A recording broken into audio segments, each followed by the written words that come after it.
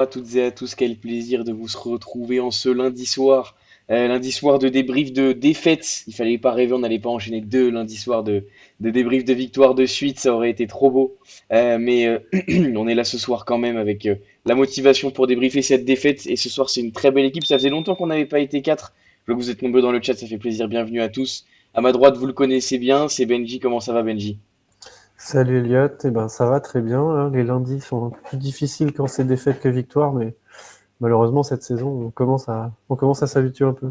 Et oui, évidemment, ça fait pas beaucoup de débriefs de victoire. On avait eu le plaisir d'en faire un la semaine dernière, mais malheureusement pas cette semaine. On y reviendra pour compléter le trio serrois. C'est Florent qui nous fait le plaisir d'être avec nous, journaliste Lyon Républicaine. Comment ça va, Florent? Ouais, écoute, ça va bien. On a l'habitude de voir la GIA ne pas enchaîner cette saison et Et deux oui. victoires de suite, donc un lundi qui sort pas trop de l'ordinaire malheureusement. Et oui, un lundi qui sort pas de l'ordinaire. On n'a jamais, je crois, cette saison. Enfin, ouais, on n'a jamais enchaîné deux victoires de suite cette saison. Donc, c'était encore pas pour cette fois-ci. Surtout que Rennes était en forme. On en parlera, mais Rennes a battu le PSG juste avant. Pour nous parler du Stade Rennais, c'est Mathis qui est là ce soir, qui avait déjà été là plusieurs fois dans l'émission. Je crois que c'est quoi? C'est peut-être la troisième fois que tu viens, Mathis. Une fois sûr, je me souviens, c'était moi qui faisais la tronche la saison passée après Le la 4-0. débâcle 4-0 qui avait coûté d'ailleurs la place de Julien Stéphan. Et cette fois-ci, j'ai un peu plus le sourire pour cette ouais, deuxième ou troisième fois. Je sais plus si on avait fait le match retour, mais en tout cas, merci encore pour l'invitation, Elliot, et hâte de parler de ce match où il y a beaucoup de choses à dire, je pense, des deux côtés. Ouais, beaucoup de choses à dire. On va évidemment y revenir. En tout cas, plaisir de vous recevoir. Confirmez-moi dans le chat qu'on nous entend bien. Normalement, il n'y a pas trop de soucis. Je vois qu'il y en a qui arrivent un peu au compte-gouttes. Ça fait plaisir de vous avoir. Vous voyez sur la droite de votre écran Brian Oko que j'ai décidé de mettre peut-être en valeur ce soir. Pas exempt de tout reproche sur le match d'hier. On y reviendra, mais peut-être le moins pire des Auxerrois en tout cas. On y reviendra évidemment. Avant ça, on va parler un petit peu du Stade Rennais, Mathis, avec une situation un peu paradoxale finalement. Le coach limogé Habib Bey il y a 15 jours, le coach de la réserve qui prend le poste d'entraîneur, victoire contre Paris. C'est assez paradoxal parce qu'on pourrait croire que tout va mal. Finalement, vous sortez d'une victoire contre Paris. Dans quel mood on va dire que vous arrivez à Auxerre? On rappelle que Francaise a été recruté, enfin, est arrivé en milieu de semaine, donc pas forcément le temps de mettre des principes en place, même si on y reviendra un peu après. Il y avait quand même déjà une petite patte. Bah, on n'est pas arrivé. Enfin, on était beaucoup en tout cas avant ce match à pas venir à la Baie des Champs la fleur au fusil parce que même s'il y avait cette victoire face au Paris Saint-Germain, sans doute après le plus beau match du Stade Rennais cette saison, le match le plus abouti tant sur le plan collectif que dans l'état d'esprit, euh, on, on savait que ça allait être compliqué d'aller jouer au Cerf parce que avant le match évidemment parce que quand on a le résultat, bon, on peut penser que voilà c'était fou de penser ça, mais on s'est référé un petit peu aux autres équipes du wagon européen qui sont déplacées chez vous. Je pense à Lille qui a gagné miraculeusement à la Baie des Champs, Monaco qui a gagné miraculeusement, Lens aussi, Ouais. Lyon qui aurait dû perdre aussi chez vous. Vous avez manqué un penalty, je crois, vous avez dominé Mhm. tout le match. Paris qui avait gagné 1-0 dans les 10 dernières minutes. Marseille qui avait eu beaucoup de mal aussi à vous battre. Donc on se disait, voilà, nous, certes, on sort d'une victoire face au Paris Saint-Germain, mais à tout moment, on connaît Rennes, ça peut retomber, c'est toujours un peu fragile, et ça n'a pas eu lieu. Et puis, il y a eu ce changement d'entraîneur, en effet, voilà, pour retracer un petit peu le contexte rennais, Francaise, c'est un entraîneur qui a attendu à Rennes depuis 1 an et demi, on va dire, hein, depuis le limogeage de Julien Stéphan en cours de saison, sauf qu'il n'y a jamais eu vraiment l'occasion de le faire. Là, ça y est, il y avait cette occasion puisque Francaise a été limogé de l'OGC Nice en décembre dernier. Euh, et puis Habib Bey, voilà, il a pas survécu à la deuxième période compliquée de cette saison. Il y en avait une première où il était passé tout près d'être limogé. Il avait été sauvé après un match nul à Toulouse où pourtant on sous-entendait que c'était la victoire ou rien. Ça avait donné raison aux dirigeants puisqu'après il y avait eu cette formidable série qui avait replacé Rennes jusqu'à un moment à 5e position. Et donc là, il y a eu cette deuxième série de résultats où il y a eu un vrai bazar interne à Rennes, où il y a on a un peu dit tout et n'importe quoi d'ailleurs. C'est un peu compliqué de démêler le vrai du faux, mais en tout cas, ce qui est sûr, c'est que Arnaud Pouille, c'était pas Habib Bey n'était pas le choix numéro un d'Arnaud Pouille. et qu'on savait que voilà, ça n'allait pas durer longtemps. Et d'ailleurs, ça a peut-être fait perdre du temps au Stade Rennais cette saison. Peut-être que si les choix avaient été plus clairs dès le début, peut-être que Rennes serait un peu plus haut dans le classement parce qu'il n'y aurait pas eu ces atermoiements qu'il y a eu en attaque qui ont sans doute fait perdre des points. Donc voilà un peu le contexte. Et puis bah, il y avait cette question du système aussi, puisque c'est vrai que j'ai envie de dire, je sais pas si j'ai envie de dire comme par hasard, mais en tout cas Rennes depuis cette saison, depuis le début de saison, jouait avec une défense à 5, un 5-3-2. Et depuis la défaite face à Lens, qui a donc occasionné le limogeage d'Habib Beye, Sébastien Tambouret dans un premier temps est passé dans un 4-4-2 sans ballon, enfin c'était même carrément un 4-4-2 face au Paris Saint-Germain. Là, on était plus sur un 4-3-3 hier, 4-2-3-1, après il y a toujours des nuances, mais en tout cas on est repassé sur une défense à 4. Et c'était aussi peut-être, ça a peut-être été aussi peut-être perturbé la GIA, peut-être ce changement tactique, parce que c'est vrai que beaucoup d'équipes, toutes les équipes nous attendent maintenant à jouer à 5, et là on est passé à 4. Il y a encore peut-être cet effet de surprise qui a fait qu'aussi on a pu créer le doute à la GIA. Donc voilà un petit peu. Donc il y avait des tensions en interne, mais là je pense qu'avec ce succès et l'arrivée de Franck Hez, où tout le monde maintenant va tirer dans le même sens, parce que vraiment là Franck Hez était désiré par le président. Évidemment, si Franck Hez est là, c'est que l'actionnaire l'a validé, donc ça veut dire que ça va avec l'actionnaire, Monsieur Pinault. Et avec Loïc Désiré, a priori, il n'y a pas eu Danny Croche par le passé. Donc pour Rennes, les 11 derniers matchs maintenant, il y a de belles choses qui peuvent se passer, mais il va falloir faire attention parce qu'il y a un calendrier qui est pas évident, surtout en fin de saison. Ouais, c'est quand même de ce que tu décris une saison tourmentée pour Rennes, un limogeage finalement. On avait appris que Khabib Bey avait déjà vidé son vestiaire, dit au revoir enfin oui, au vestiaire justement, puis finalement rappelé, il reste, il fait une série extraordinaire. Il est finalement limogé. Franquès qui paraît être le candidat un peu parfait pour Rennes, honnêtement, là, de ce que tu décris, ça fait quand même longtemps que vous étiez dessus et là, ça se rencontre enfin. Tu dis le changement tactique, voilà, le 4-3-3, je crois que c'est Madi Camara qui en parlait après le match, que ça Ouais. faisait déjà, bah, justement, depuis le départ d'Habib Bey, que ce système était travaillé, 4-3-3, 4-4-2, après en fonction de l'animation, mais en tout cas, le retour à une défense à 4. Donc on voit qu'il y a quand même des changements, on y reviendra après sur le côté collectif.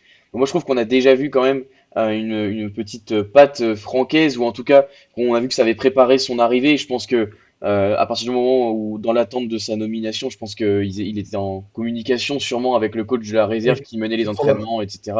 pour voilà, commencer à travailler à peu près ce qu'il voulait. Juste pour terminer sur cette petite mise en contexte, Mathis, si tu veux bien nous parler de la compo, est-ce que justement, première de Francaise, qui aime bien faire ses premières à Auxerre, parce que je crois que sa première à Nice, Ouais. c'était déjà à Auxerre en août 2024. Côté compo Rennes, est-ce qu'il y a eu des choix, tout simplement? Est-ce qu'il y a eu des choix de fait par le coach, ou on est quand même dans une forme de continuité? Bah, il a fait la continuité du match face au Paris Saint-Germain, puisque ça a été exactement le même 11 qui a été reconduit. Il y a eu une petite adaptation dans le système où là c'était plus encore une fois, comme je disais, 4-3-3, 4-2-3-1. Peut-être Szymanski vraiment en vrai 10, donc on peut peut-être considérer que c'était un plus un 4-2-3-1. Il a fait le pari d'être sur la continuité, mais en fait on s'y attendait parce que dans la conférence de presse, il l'avait dit, il a dit qu'il allait très probablement reconduire la même équipe peut-être à un ou deux changements près, mais ils n'ont même pas eu lieu ces changements.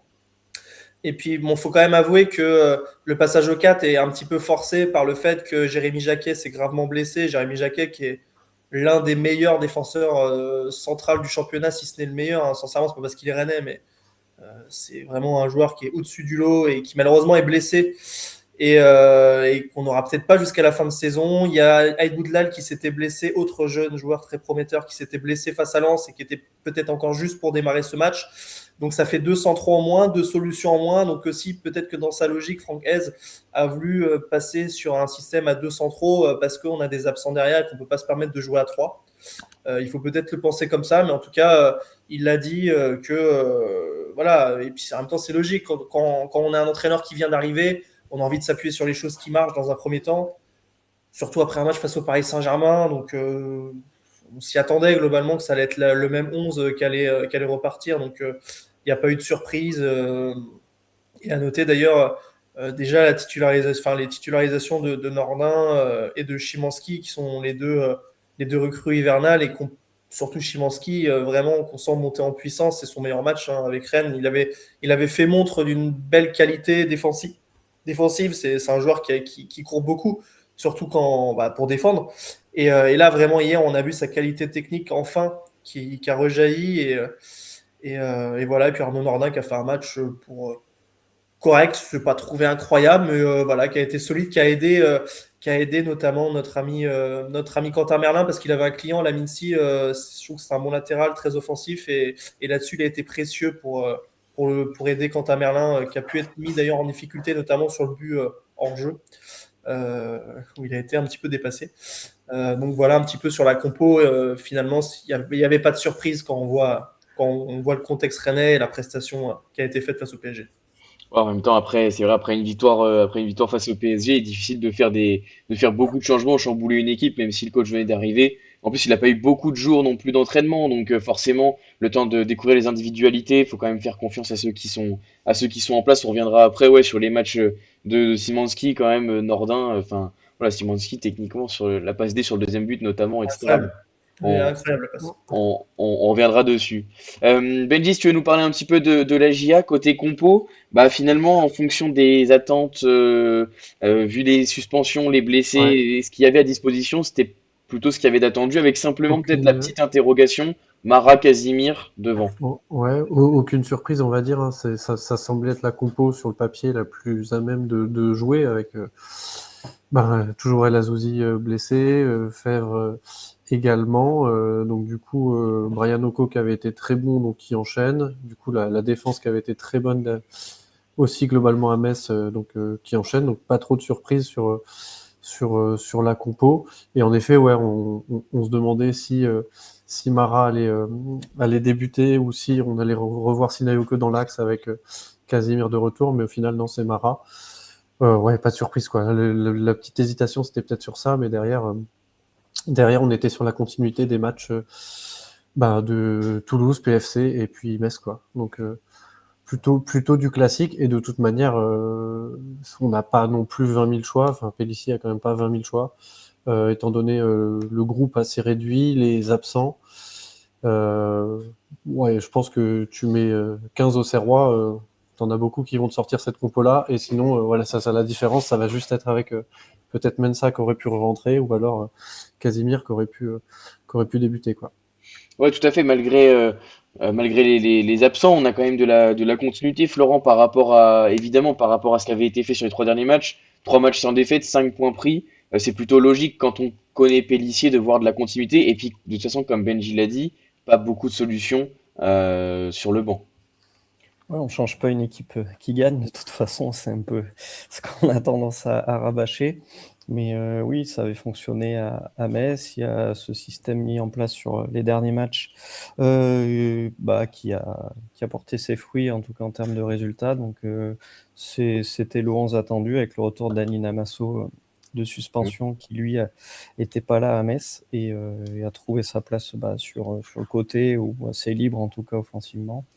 Et après, ouais, juste la petite interrogation, c'était de savoir en défense centrale et au poste de latéral gauche comment il allait animer tout ça.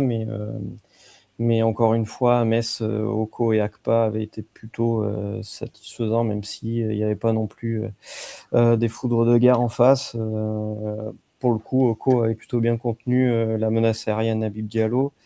Et là, ça a été moins le cas forcément contre Rennes. Mais oui, une compo, on va dire, entre guillemets, normale et attendue. Ouais, on y reviendra un peu après sur le côté peut-être collectif ou individuel, mais sur quand même les difficultés que va avoir peut-être Pélissier sur ce choix-là, sur le côté gauche. Ça va être difficile maintenant de sortir Brian Oko du 11 quand même, vu les matchs qu'il fait. Mais Akpa, enfin, on reviendra après sur son match et sur les multiples entrées à la pause, et notamment Ouais, celle revue de, d'effectifs. ouais, c'était assez inédit de voir ça, surtout qu'on connaît quand même Pélissier et que voilà, je trouve qu'il fait les changements relativement tard quand même, on le sait. Et là, c'était assez inédit de voir quatre joueurs comme ça rentrer à la pause. On y reviendra. On y reviendra juste avant. On va parler un petit peu de Rennes quand même et collectivement. Moi, je trouve que c'est là où Rennes a fait vraiment la différence avec un gros temps fort sur la deuxième partie de première mi-temps. Et là, vous nous avez rien laissé, Mathis. Ouais, ouais, mais c'est juste vraiment de parler de deuxième moitié de première mi-temps parce que au début de match, il est équilibré. Je veux dire, les deux équipes vont dans le camp adverse, il se passe pas grand-chose offensivement, mais les deux équipes arrivent en tout cas à tourner autour de la surface, ça se rend un peu coup pour coup. Et il y a ce tournant du match quand même, hein, on peut pas le nier, ce but hors jeu de Sinayoko qui joue à pas grand-chose. Et à 1-0, sincèrement, je suis pas sûr qu'on gagne le match parce que déjà cette saison, j'ai pas souvenir que Rennes ait gagné un match en ayant été mené au score. Là, l'exemple ne me vient pas.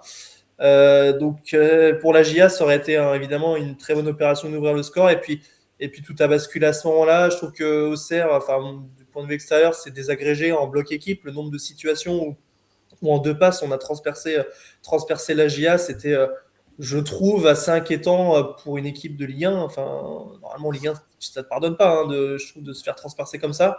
On l'a vu sur le premier but où l'accélération de Najida, elle a complètement laissé sur place Clément Akpan, Amasso qui n'a pas réussi à gagner son duel ensuite.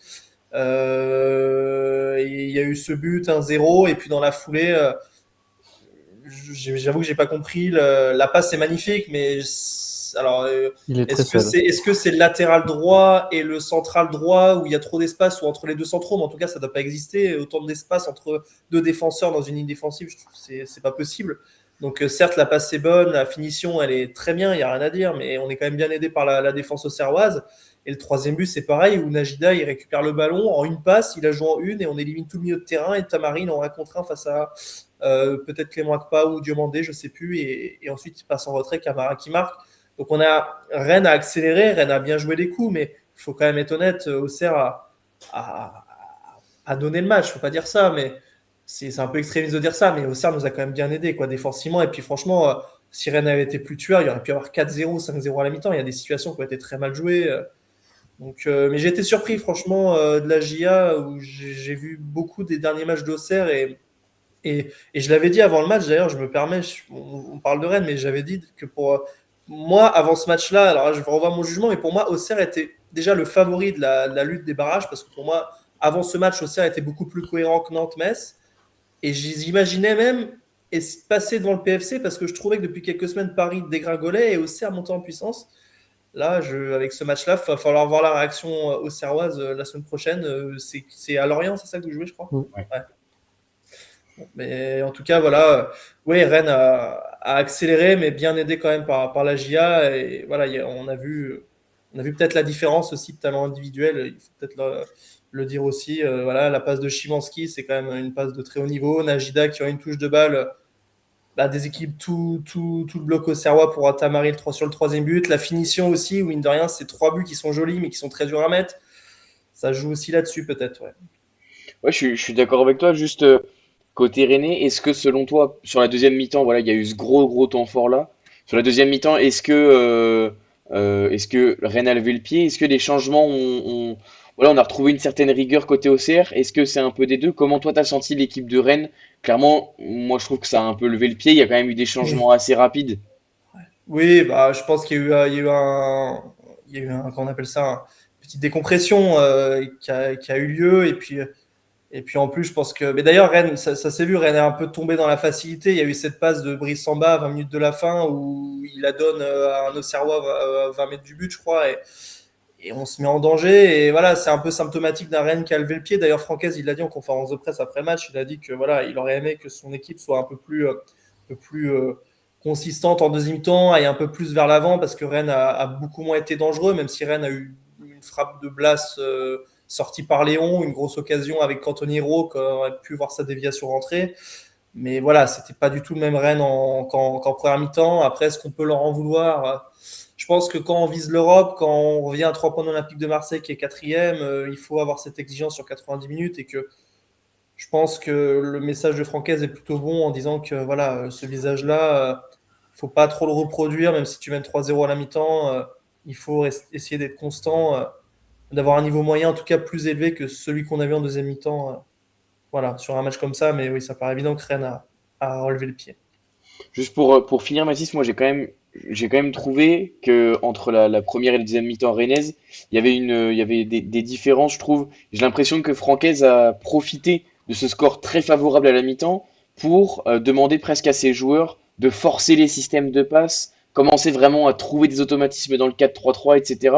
Est-ce que pour toi, voilà, c'est possible que Francaise ait vraiment appuyé, d'où la prise de risque. Par exemple, tu parles de Samba. On a vu Rennes ressortir très très court à la relance avec deux trois fois des systèmes quand même que moi j'ai trouvé déjà très bien huilés. Mhm. Voilà, est-ce que c'est une possibilité pour toi aussi que Francaise ait demandé à appuyer sur des systèmes qui allaient être mis en place sur les prochaines semaines? C'est une possibilité. Après, Rennes repart très souvent court. On l'a vu face au Paris Saint-Germain. On a été très courageux sur les sorties de balles, d'ailleurs en réussissant souvent à déjouer le pressing du PSG la semaine précédente. D'ailleurs, cette volonté de jouer court a été l'une des raisons pour laquelle Brice Samba n'a pas été retenu contre Lens, parce qu'en Coupe de France, justement, la consigne d'Habib Beye était déjà de repartir court. Et il avait envoyé un long ballon et Habib Beye avait dit non, tu m'écoutes pas, on doit repartir court. Et Brice Samba avait mal répondu, ça s'était poursuivi après le match et visiblement il y avait eu des mots entre les deux, ce qui avait fait que Samba avait été écarté du groupe visiblement, d'après ce qu'on avait dit la presse. Oui, c'est possible. Maintenant, Rennes a cet ADN cette saison de repartir court. Peut-être il y a peut-être eu des variations dans les circuits de passe et c'est une possibilité que Franck Hez ait pu s'appuyer sur certaines séquences. En effet, à 3-0, voilà, il y a peut-être, voilà, c'est une petite occasion d'imprimer sa patte. Euh, mais, euh, mais voilà, après, c'est encore une fois, c'est pas une nouveauté de voir Rennes repartir court cette saison. Ouais, ouais. Je vois. Bah, en tout cas, hier, ouais, il y avait vraiment des systèmes, enfin des circuits de passe qui étaient. Je repense à deux ou trois sorties sur le côté gauche notamment où Ouais, ça va côté gauche en très très deuxième vite. mi-temps, ouais, on a les Ouais. mêmes, ouais. Ouais, franchement, ça va très très vite en une touche là. Bon, en plus, Florent, on a quand même été déboussolé, manqué de rigueur. Enfin, moi, je trouve que c'est ce que j'ai tweeté après le match. Je trouve que les joueurs ont abandonné tous les principes de rigueur défensive. On sait que c'est quand même la base de notre espoir cette saison. On sait qu'on marque pas, mais on a la chance de ne pas trop encaisser, même quasiment pas, parce que je crois qu'avant le match de Metz, on est deuxième meilleure défense de Ligue 1 sur l'année 2026. Alors voilà, il n'y a pas énormément de matchs, mais bon, la stat, elle a le mérite d'exister. Là, sur ce match-là, j'ai même pas les mots. C'est assez extraordinaire sur 25 minutes, à quel point sur chaque situation, chaque transition, on est complètement largué. Ouais, ouais, je partage un peu le constat, mais là où elle s'est fait piéger, la GIA, c'est qu'elle avait la maîtrise du ballon en début de match. Et on sait que dans le système Pélissier, c'est pas ce qui est forcément prôné et ce qui est le plus équilibré. Et pour le coup, elle se fait transpercer sur des transitions, comme tu l'as dit, là où elle est d'habitude plus efficace de son côté, c'est sa marque de fabrique de ses attaques rapides, ce jeu en transition qu'affectionne Christophe Pélissier. Et là, moi, j'ai trouvé que du coup, elle a un peu amené les buts qu'elle prend sur des plateaux. Elle a amené Rennes dans un certain confort où, justement, quand tu as subi des changements comme ça dans un staff où il y a une instabilité les derniers jours, si tu, comme ça, tu lui laisses autant de cadeaux, bah, c'est tout bénef pour elle, au lieu au contraire, essayer de l'apprendre à son propre jeu, comme justement ce qu'a réussi à faire Rennes et Frank Hayes. Donc, pour moi, c'est là où elle perd le match tactiquement, la GIA, c'est qu'elle opte pas pour selon moi, la bonne solution. Ok, c'est bien de prendre son courage à deux mains et d'essayer peut-être d'assommer Rennes d'entrée et de les mettre la tête sous l'eau parce qu'eux aussi ils vont peut-être pas super bien, même si ils viennent quand même d'aller battre le PSG. Mais c'est pas là où elle est plus à l'aise, pardon, dans ses physionomies de match où elle a la possession, où elle commence un peu à jouer trop haut et c'est pas la première fois que ça arrive où on voit des buts comme ça encaissés, même si là ça a été en série et c'est que la deuxième fois de la saison qu'elle perd aussi largement. Il y a eu un seul autre 3-0, Strasbourg. 7-0 cette saison et encore c'était à l'extérieur à Strasbourg. Mm. Donc ouais, c'est pas faciliter la tâche en abordant comme ça ce match-là, je trouve tactiquement en tout cas. Ouais, je suis d'accord avec toi et Benji, justement, on en discutait à la mi-temps sur Twitter et Choubac le dit dans le chat, c'était un peu le boulevard sur les côtés. Moi, j'ai pas compris. Et en fait, nos messages se sont corrélés sur Twitter. Ouais. Ce que j'avais dans la tête, tu l'as dit avec d'autres mots, mais j'ai pas compris comment il n'y a pas eu d'ajustement tactique sur. On a demandé, c'était une consigne, hein, parce que aussi bien Akpa, mais surtout si le faisait sur Quentin Merlin, d'aller chercher très haut et que le latéral droit, Lamine Si, aille chercher directement Quentin Merlin. Le problème, c'est qu'à chaque fois le décalage était créé, Diomandé était obligé de se décaler ou de se décaler sur Nordin. Et à ce moment-là, dans l'axe, il y avait une infériorité Ouais. numérique qui était extraordinaire, voire même parce que du coup, forcément, tu coulisses. Mais alors de l'autre côté, Altamari avait boulevard à chaque fois. J'avoue que j'ai Ouais, pas trop compris pourquoi on n'a pas cherché à moi s'adapter. surtout, ce que j'ai pas compris par rapport à ça, c'est que si c'est une consigne tactique de se dire que on va jouer haut sur Quentin Merlin avec la Mincy, qui est un latéral offensif, tu l'as dit Mathis en plus tout à l'heure, donc c'est pas quelque chose qu'on découvrait là. Hein, si on a vu un peu les matchs d'Auxerre, on sait. Donc si la consigne c'est en effet de faire monter la Mincy pour apporter offensivement, faut que derrière on ait une couverture au niveau de Woussou, au niveau d'Hamada, au niveau d'un des milieux qui viennent compenser. Et là, on a vu qu'en effet, on se faisait transpercer, mais en deux passes. Et en fait, on s'est totalement effondré, quoi. C'est-à-dire que d'un point de vue, parce que comme tu disais, Mathis, il pouvait y avoir 3, 4, 5-0 à la mi-temps. Et moi, ce que je reproche aussi là sur le match un peu à Pélissier, c'est que en fait, on l'a vu venir le 3-0.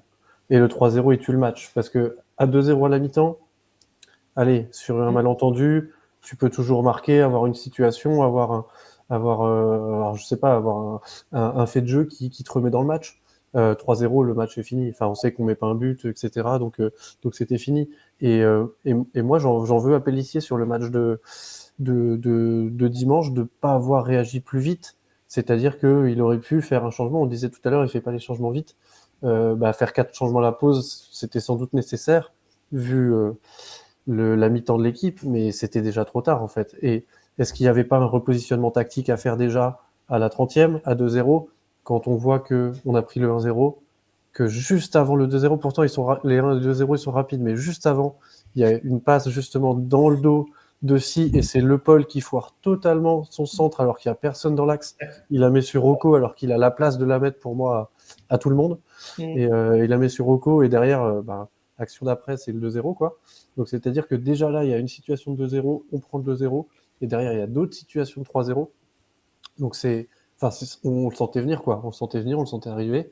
Et malheureusement, moi j'aurais aimé que Pellissier réagisse sur ce genre de situation parce que j'ai l'impression qu'en effet, on a peut-être travaillé tactiquement le match pour se dire comment on allait mettre en danger Rennes, mais on n'a pas travaillé sur comment on allait faire en sorte de ne pas être en danger quand Rennes allait récupérer le ballon. Et ça, moi, ça m'a quand même choqué devant l'écran sur la première mi-temps. Ouais. Ouais, je suis d'accord avec toi, je te rejoins là-dessus, Benji. Et moi, je trouve aussi dans ce qui est dommageable au niveau collectif, hein, vraiment sans parler individuellement, mais sur cette première mi-temps, c'est qu'on n'est pas on n'est pas de manière de gérer mieux les temps faibles.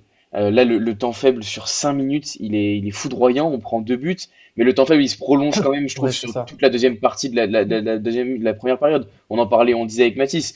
Sur les 25 minutes, tu prends 3 buts. La gestion du temps faible, elle est catastrophique. Ouais, Et ouais. pourtant, sur les 20 premières, où je trouve que vraiment le tournant, c'est le but hors jeu, tu l'as dit Mathis, mais sur les 20 premières, honnêtement, on n'est pas ridicule, Non. voire il y a largement 50-50. Enfin, je veux dire, Ouais. c'est complètement cohérent ce qu'on propose. On est solide, on arrive même à exploiter certains ballons. Voilà, il n'y a pas de grosses situations, mais on arrive à faire largement jeu égal face à Rennes. Et là, le tournant de ce match-là, et Kevin Danois en parlait justement après le match, il disait on se liquéfie un peu. Et Mm. c'est vrai, Florent, que c'était quand même symptomatique, je trouve, de cette mauvaise gestion des temps faibles, là, les 25 minutes face à Rennes.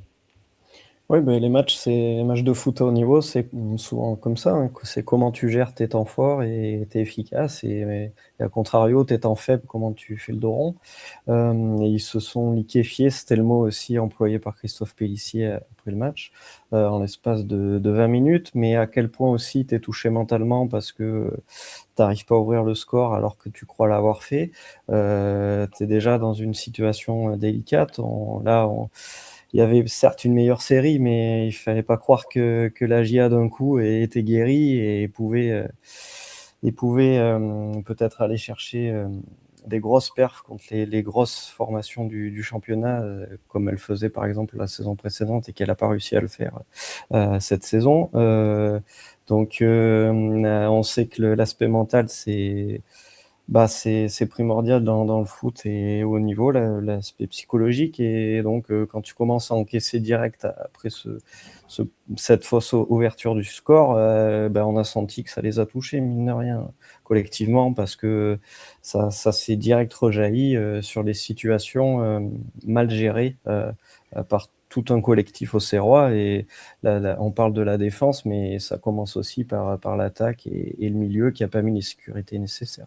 Ouais, moi je suis d'accord, on a beaucoup parlé de la défense aussi en après-match sur Twitter, sur X, mais moi je trouve que le milieu de terrain a totalement abandonné sa défense. C'était des vagues qui venaient et parfois c'était dur de les gérer pour nos défenseurs, hein. C'était vraiment toute l'animation défensive pour le coup qui était à revoir. Ils ont souvent été dans des entre-deux, soit on Mm, presse à 1, 2, 3 et on laisse 30 mètres dans notre dos, mm. du coup on se fait transpercer. C'était les uns après les autres et Ouais, et pas pas tous ensemble. ensemble. Mm.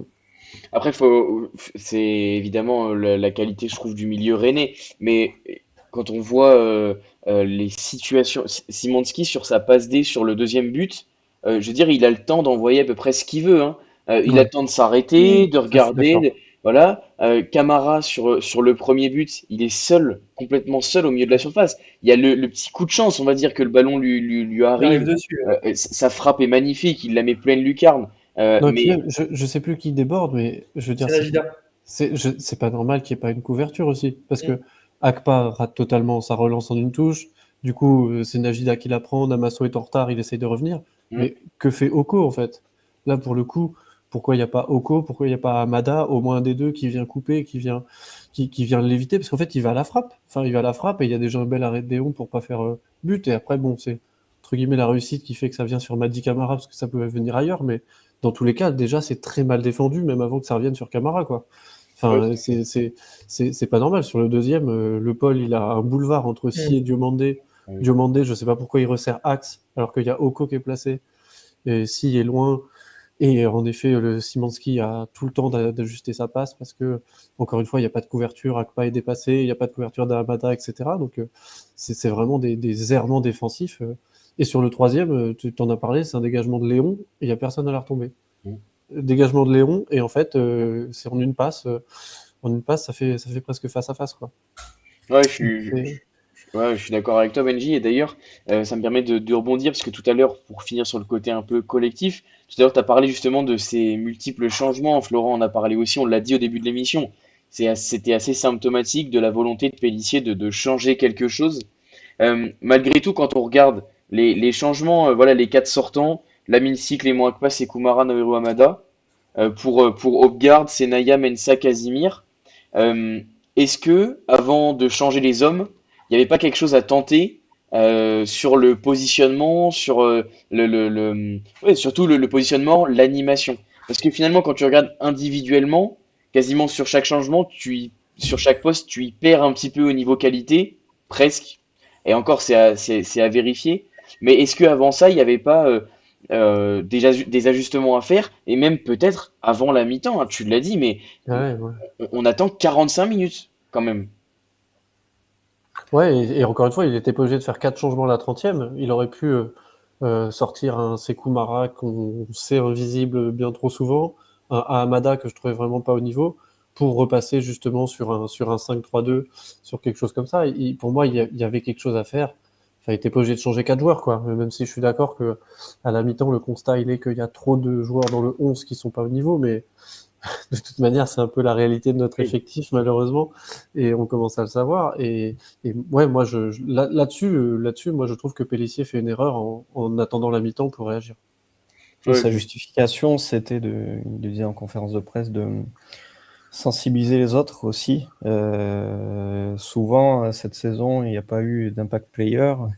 On l'a assez répété. Et de se dire, bah, les gars, là, on est dans une situation très délicate et essayer de montrer, de montrer l'impact, justement, Un de électrochoc, quoi. changer. Ouais, c'est un peu ça. Et d'impliquer. Souvent, on dit, dans une saison, elle se joue pas à 11, c'est tout un groupe qui va te faire une différence. Et à un moment, même des joueurs dont tu ignorais cette qualité-là à l'instant T, bah, il te met le but qu'il faut.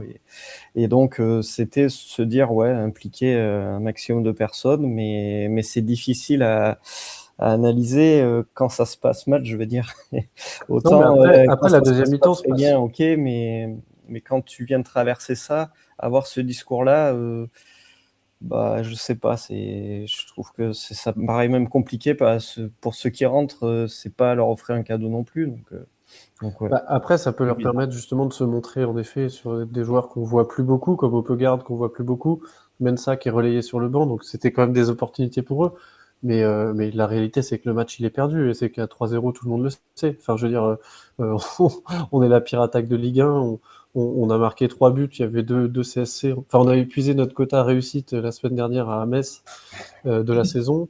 Là, on a un centimètre hors jeu, Sinayoko. C'est la même chose pour Namasso contre Marseille, c'est la barre de Namasso à Angers. Enfin, je veux dire, les centimètres, ils sont pas pour nous cette saison de toute manière. On sait qu'on n'aura pas la réussite, donc on sait très bien qu'à 3-0 c'est fini, quoi.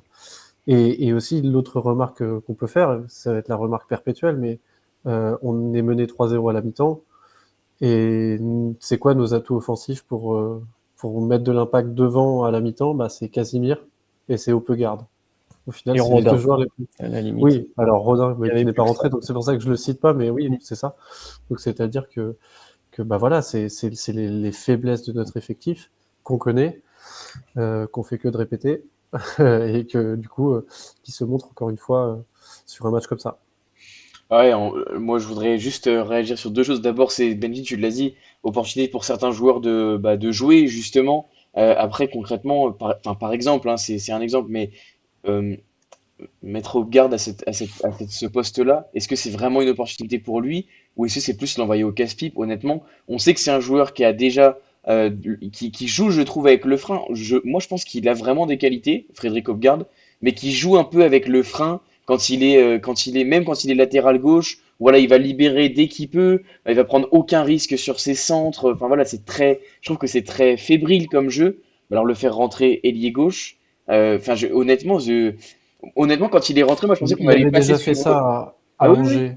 Ah non, mais c'est À pas du tout la Angers, il était première fois. déjà rentré ailier gauche pour. Ouais. C'est pas la première fois, hein. Et- Alors, est-ce qu'il y a Mais en plus, hier, je trouve même pas qu'il y a ce truc de se dire, voilà, sans ballon, on passe à 5, ça permet de solidifier un peu. Voilà, Najida était quand même très en forme, profil atypique parce que latéral droit gaucher qui rentre beaucoup intérieur et tout. Donc, voilà, il y avait quand même.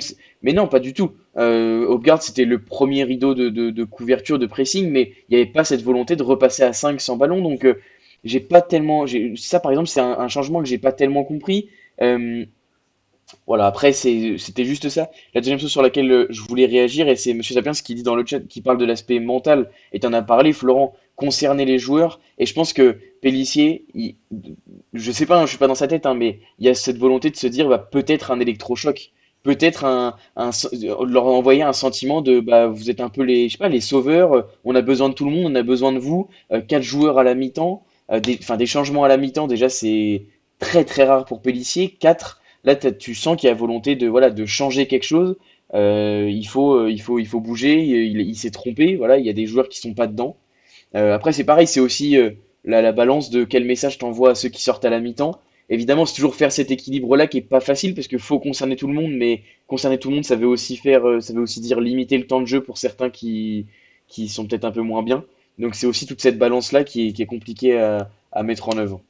Et Euh, puis il y a deux trucs aussi, ceux qui rentrent, au moins, bah, ils se disent, c'est peut-être le discours qui est servi à ce moment-là, mais on peut pas trop faire pire. Individuellement, bah voilà, au moins il y a peut-être une pression moindre qui s'installe et qui peut faciliter ton entrée en jeu. Mais le problème, c'est que tu rentres dans un collectif qui est à l'agonie, donc peut-être que c'est pas un cadeau non plus dans ce sens-là, donc pas évident à gérer. Évidemment, ouais. Et pour compléter, par rapport à l'effectif, on manque cruellement de leaders aussi. Et je parle même pas de leaders techniques ou voilà, c'est-à-dire que encore une fois, à la 25e, on prend 2 buts en 2 minutes, on est dans notre situation. Moi, je voudrais que nos cadres se réunissent, discutent entre eux, disent bon, ok, on se reprend, c'est pas fini, etc. Aujourd'hui, là-dessus, moi, je suis déçu aussi de Léon, d'Owusu, de peut-être même Sinayoko, qui sont aujourd'hui peut-être nos cadres, même si Sinayoko, je ne vais vraiment pas lui tomber dessus parce que je trouve que c'est heureusement qu'on l'a, sinon on aurait déjà signé pour la Ligue 2, quoi. Mais en tout cas, moi, j'aurais voulu que nos joueurs cadres se remobilisent et montrent un changement, etc. Et je trouve qu'on en manque. Ouais, je suis d'accord avec toi et c'est d'ailleurs pour ça que je parlais de manque de leadership dans notre Mm. effectif. Moi, je trouve que, moi, je trouve que ça, c'est assez symptomatique de ça. Le sorcier qui demande, qui parle de Pélissier et les rumeurs qui arrivaient hier, on en parlera peut-être un peu après en fin d'émission. On va passer côté individuel, on va pas laisser Mathis s'endormir quand même. Parlons un petit peu Je du, m'endors pas, je vous écoute avec attention, vous inquiétez pas.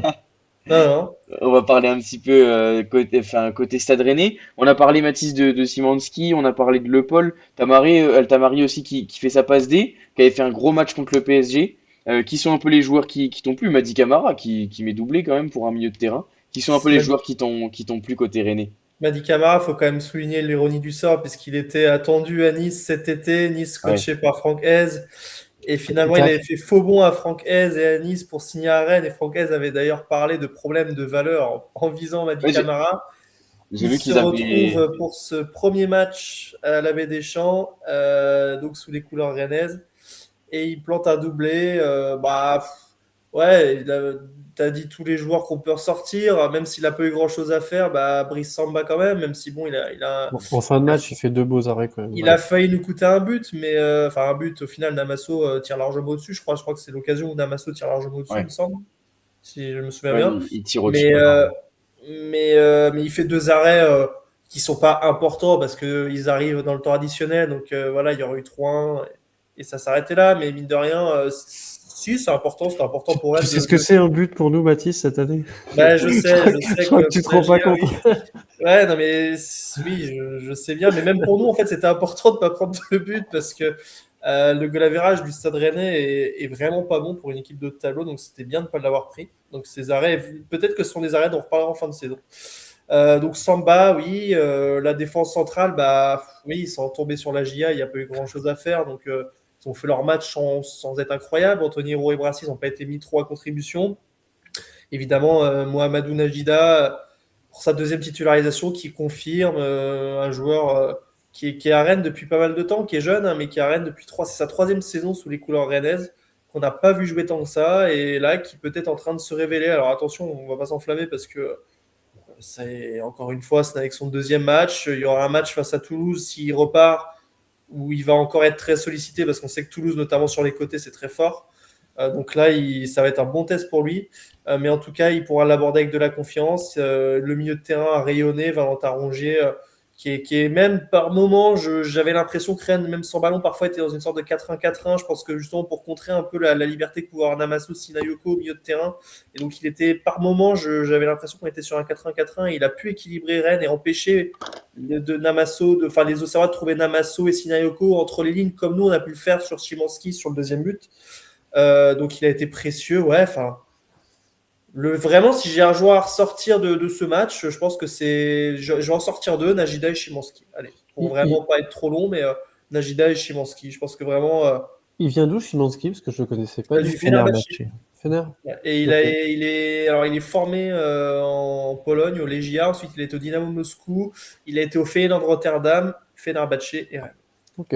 On parle quand même de 8 millions, si je me trompe pas, Mathis, non? Un peu Indemnité. plus, je crois que ça a été 10? 12 millions. 12 millions, Ok, il me semble. ok, Je ok. crois, enfin, je peux en vérifier là, mais je crois que c'est 12 millions. International polonais qui devrait faire la Coupe du Monde, même si la Pologne est en barrage, il me semble, de la Coupe du Monde. Je suis pas encore sûr, mais voilà. Et puis, donc Najida, les deux, ouais, vraiment, c'est plutôt de bon augure pour la suite, notamment pour Szymanski, parce qu'à Rennes, pour parler un petit peu, reparler de Rennes, c'est vrai que cette saison, il a cruellement manqué d'un joueur technique. Alors, ça peut vous paraître dingue de dire ça pour Rennes et d'un club qui est sixième, mais cette équipe de Rennes enfin, est une équipe, on l'a vu, je pense encore on l'a vu, et physiquement est très forte dans les duels. C'est une des équipes les plus performantes de Ligue 1 dans ce domaine-là, mais techniquement, ça manquait de joueurs de ballon. Quand je dis joueurs de ballon, des joueurs qui caressent le ballon. Il n'y en a pas tant que ça dans cet effectif, et là-dessus, Szymanski, il va faire du bien. Parce qu'à part Ludovic Blas, tu n'as pas de joueur très fin techniquement dans la passe. Parce que Nordin, c'est un joueur voilà, c'est un joueur de percussion. Tamari, joueur de percussion. Le Paul, ça marque beaucoup de buts, mais avec le ballon, c'est pas. Voilà, il y a des lacunes. Rongier, c'est pas le super créatif qui soit. Madi Camara, c'est pareil. En même temps, tu avais Seko Fofana. Donc voilà, ça va faire du bien d'avoir un joueur capable de casser des lignes par la passe. Et il a été récompensé par son match et par sa passe décisive chez Monski, donc c'est très bien. Ouais, sachant que Mathis, je regarde là, mais sur la saison dernière, Najida, gaucher, donc latéral plutôt à gauche. Là, Ouais. titularisé à droite, c'est quoi? C'est à cause des absences ou? Bah, Frankowski n'est pas là. Ouais. Frankowski n'était pas là, mais Francaise l'a dit, ça a été un petit peu abordé en conférence de presse. Il a voulu exploiter justement ce côté faux pied de Najida qu'offraient Mhm. des options. Et les buts sont un peu venus surtout le troisième, où s'il n'avait pas été gaucher, il n'aurait peut-être pas fait cette passe pied gauche qui a cassé la ligne aux Serroises. Sur le premier but, son débordement, un droitier aurait pu le faire parce qu'évidemment, c'est plus naturel, pied droit, déborder côté droit. Mais en tout cas, Francaise avait souligné cette option d'avoir un pied gauche, avec son pied gauche côté droit, de pouvoir offrir des solutions à l'intérieur du jeu, et ça lui a donné raison. Ouais, franchement, c'est atypique et ça doit être difficile de s'y faire en tant que latéral droit enfin, latéral Ouais. gauche, du coup, qui défend sur un latéral droit gaucher, ça doit être assez perturbant quand même. Mm. Juste pour finir, côté Rennais, c'est vrai, Mathis, on a parlé de Valentin Rongier et on parle côté Auxerrois, je trouve, d'un manque de leadership et ça en est toute une symbolique, je trouve, Valentin Rongier, parce que très calme dans l'ombre, mais qu'est-ce qui peut être dès qu'il y a un coup de sifflet, il va se rapprocher de l'arbitre pour commencer à discuter avec lui. Enfin, on le voit vraiment très proche de ses coéquipiers. Je trouve que c'est vraiment le stéréotype du leader, quoi. Ouais, puis c'est le vrai capitaine. Voilà, pour moi, il a tout compris à son rôle. Pour moi, j'ai une notion du capitanat qui est peut-être un peu différente, mais pour moi, le capitaine, c'est pas forcément celui qui gueule le plus sur un terrain de foot. Pour moi, c'est deux choses différentes. Pour moi, le rôle de capitaine, c'est ce que fait Rongier. C'est dès qu'il y a un truc, il va voir l'arbitre, il dit bah, monsieur l'arbitre, voilà, attention, il y a une minute, il s'est passé ça. C'est ça le vrai rôle de capitaine pour moi, et il l'embrasse parfaitement. Parce qu'en plus, je suis pas sûr que ce soit celui qui gueule le plus. Je pense qu'Abri Samba a beaucoup plus est beaucoup plus le leader charismatique de ce vestiaire, à mon avis. Rongier est beaucoup plus calme, mais il a une aura. Il est passé par l'Olympique de Marseille. C'est quand même des dizaines de matchs de Coupe d'Europe à son Par actif. Nantes aussi, je crois. Alors j'allais y Normal. venir. Il a quand même Les débuts étaient compliqués. À titre personnel, j'étais persuadé que tout le public rennais, dont moi, allons vite lui pardonner ça, parce que sur le terrain, il a mis tout le monde d'accord, aussi bien Nantes qu'à Marseille. À Rennes, ça paraissait évident que ça allait être le cas. Et voilà, j'allais y venir. Il a réussi quand même cette prouesse. Je pense que même Monterrubio a mis plus de temps à l'époque pour se faire aimer du public rennais que ce qu'a fait Rongier. Non, c'est un joueur qui est exemplaire, qui est le leader de cette équipe. On l'a vu, hein. D'ailleurs, la série, on pourrait presque dire catastrophique de Rennes, parce que c'était des défaites lourdes, hein. Il y a eu 3-1 à Lens, 4-0 à Monaco, 3-0 contre Marseille en Coupe de France. Cette défaite face à Lorient, il avait été absent contre Monaco, contre Marseille en Coupe de France. Et donc, ça se voit quand il n'est pas là et ça se voit quand il est là. Et je pense que quand la GIA a bien démarré son match, peut-être que sans Valentin Rongier, on aurait eu moins cette capacité de faire face. Peut-être pas, on n'aurait peut-être pas réussi à rehausser notre niveau. Donc c'est un joueur important, et ça l'a été évidemment dimanche. Ouais, il a Il a fait. pris un carton jaune, par contre c'est dommage en fin de match, ça je lui en veux, parce que maintenant au prochain jaune, il sera suspendu Ah ouais, au prochain carton jaune, donc ça peut être préjudiciable malheureusement pour la suite. effectivement. Effectivement, j'en profite pour vous remercier d'être encore nombreux là dans l'émission. Ça fait plaisir de vous avoir dans le chat.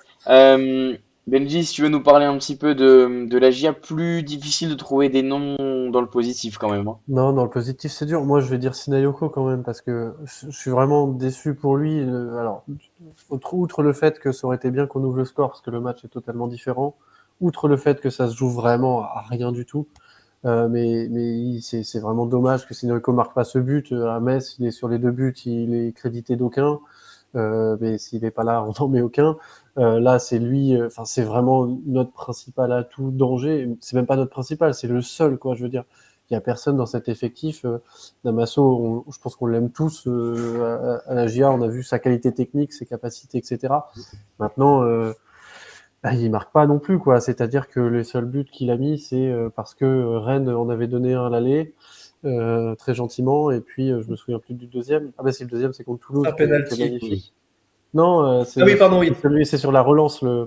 de celui de Damaso. Je voulais dire son deuxième but cette saison, c'est un magnifique contre Toulouse, mais c'est vraiment loin d'être un buteur. C'est un créatif, mais enfin qui est voilà qui déborde pas beaucoup et sur qui moi je suis quand même assez déçu globalement au final.